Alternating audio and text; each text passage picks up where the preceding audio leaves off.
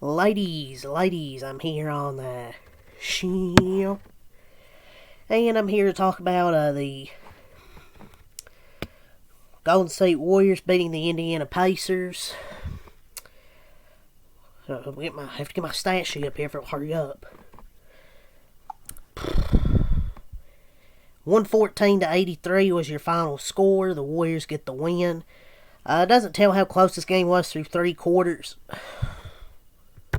Okay, I had to wait for my stat sheet load, but yeah, this doesn't tell how close this game was through three quarters.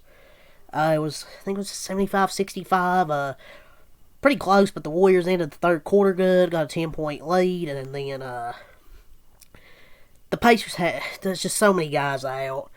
Naismith had a hard fall in the Denver game last night.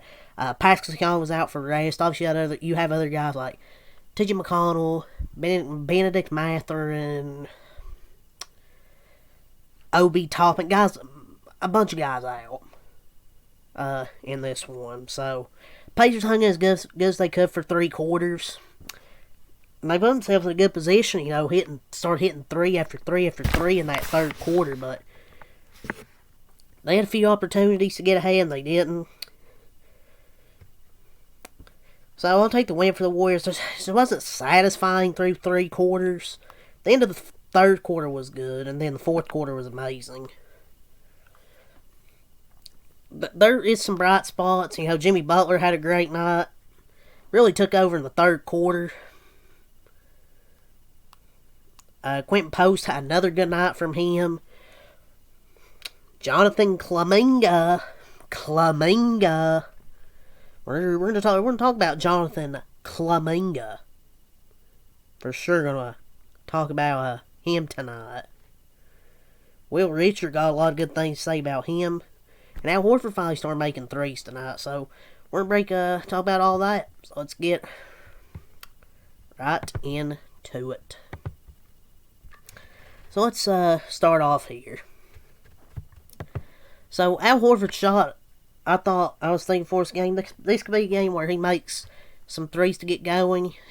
But no players of the Warriors have always got off to horrible shooting starts. Remember how awful Oubre was? CP3, I thought, good shooter. Shot 2 for 28 in his first 30 shots with the team. Horford's shot is going to come, and it started to come back tonight.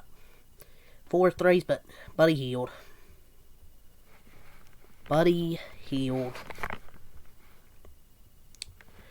My lord.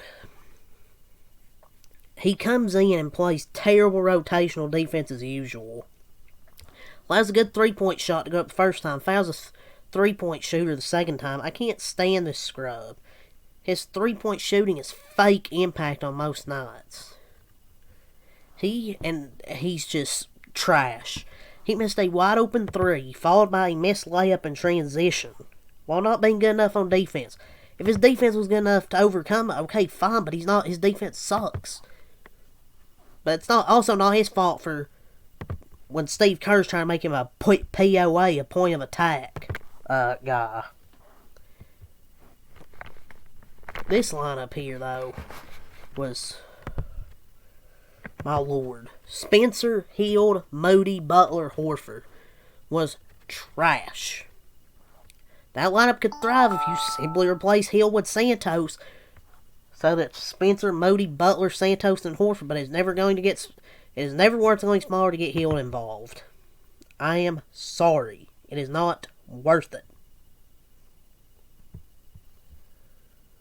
And they start a big lineup of Pods, Butler, Kuminga, Draymond, Post, and they go off to a 13-4 start in the first 4 minutes. I'm like, is Curry going to ignore and go back to some compromising, goofy small lineup to give life back to the Pacers? And kind of did. And they've won like 90% of the time they played bigger lineups this season. Tonight, no exception. They off to an early start with that. They went to a small lineup. Last game they went to a small lineup. Nuggets got to a 12-3 start, never looked back, and pretty much what they did. For a bit. That complete trash 3-guard line of Pods, Hield, Richard, with Kuminga out of position and Horford on the island protecting me. You wonder why he's been a negative. But yeah, that lineup I was mentioning, Spencer, Hield, Moody, Butler, Horford, that kind of gave him life again. I'd rather see Will Richard taking all Buddy's useless minutes on the court. That's just my thoughts. And also, Pat Spencer, I don't know why he plays. His defense is atrocious. Like, my goodness. Pods' defense is terrible. Why is LJ Cryer on the G League team? Tell me LJ Cryer can't be better than this? I watched him play at Houston. You tell me he can't play better than these dudes. Oh, Lord. And poor energy has nothing to do with lineups. Apparently it's a lack of energy and effort according to Kerr. Man, I don't know how I've watched some of these games this year. And Pods. Oh, good God. I don't care if he had 14 points and 6 rebounds. Most of his rebounds he just steals away from guys. He went 4 of 11 tonight. His passing's terrible. He has such a hard time throwing accurate passes for his finishers at the rim. He threw one bad pass to Minga for a dunk in transition. The Pacers get 3 out of it on the other end. At some point, the coaching staff has to realize your offense is equivalent to the Pacers C. Team C. Can somebody tell Steve Kerr this is a pick and roll, isolation, hunting mismatches league? They are trying to run a Steph Curry offense with Steph Curry not playing. It finally worked in the fourth quarter because the Pacers were probably tired. Their players were probably tired. They're playing their C team. I would hope the Warriors finally blow them out, and thankfully they did. So that's why I'm not here hooting and hollering about beating the Pacers C team. But Steve Kerr and Buddy Hield have to have some relationship outside basketball.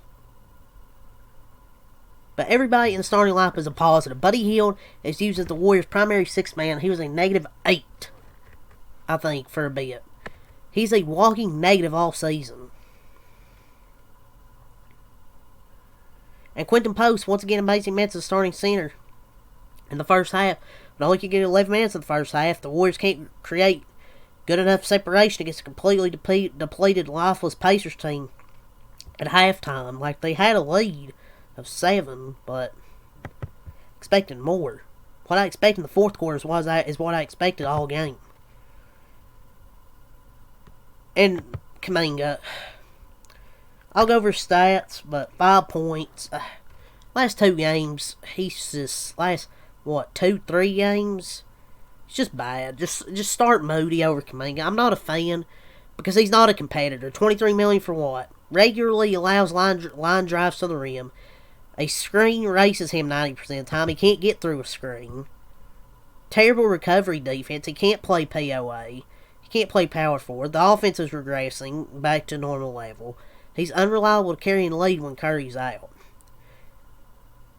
He waved off Draymond for an ISO just to turn it over and allow a 3 on the other end. And he thinks he can take a defender off the dribble and he gets blocked or he loses the damn ball. Just once Melton is back, they need to trade him and Pods for a better wing two-way player.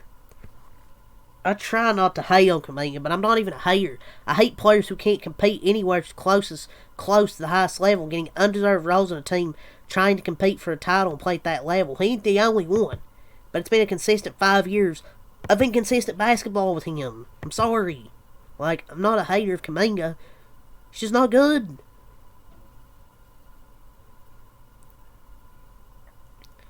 I was more interested, and I'll talk about Will Richard.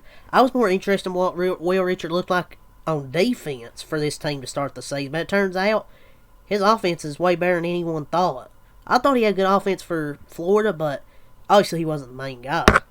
But he has potential to provide two-way play for this team. He should be playing more. Pods and Buddy, less. It's all I've needed to see from Will Richard to know that those guys shouldn't play. He should be taking all of Hield's minutes, and they should not be playing at the same time. I want Will Richard out there without Buddy Hield. Will Richard is also 10 times better at navigating through screens than Kuminga. Funny how that works. Even though you look at Kuminga, but you're like, oh, he's twice the athlete. Well, he has more experience playing winning basketball, and he has a terrific feel for the game, because he played for Florida 4 years and a national champion. Played 4 years of college ball as a national champion. And he's quick he's quick on offense, a very timely cutter's in the right spot, and he's a damn good defender. All clear, Kuminga. Pat Spencer and should never play over Will Richard again. Screw it. Let Richard play point guard, see what he can do. When Curry comes back, Richard should just play over Hield, who needs to be out of the rotation, and warm the fucking seat on the bench. And Horford was huge tonight. His threes were finally falling. Get Kuminga off my team by January 15th when he's eligible to be moved. The Warriors outscored the Pacers by 30 points since when Kuminga took a seat in the third quarter. They had a 1-point lead.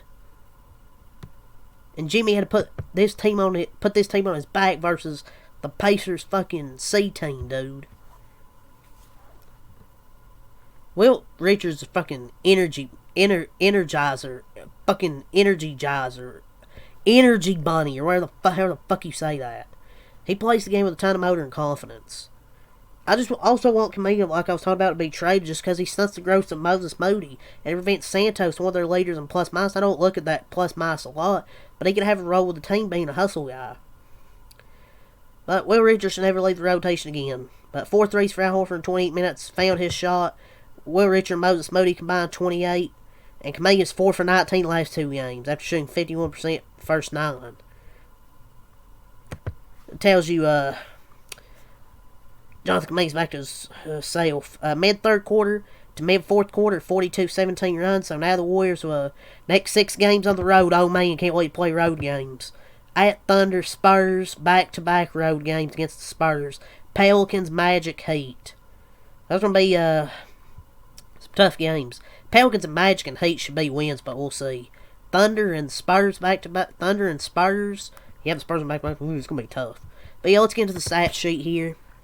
Leading scorer, Jimmy Butler. He had 21 points, 7 assists, 9 rebounds. Great game from Jimmy. 10 of 15 from the field.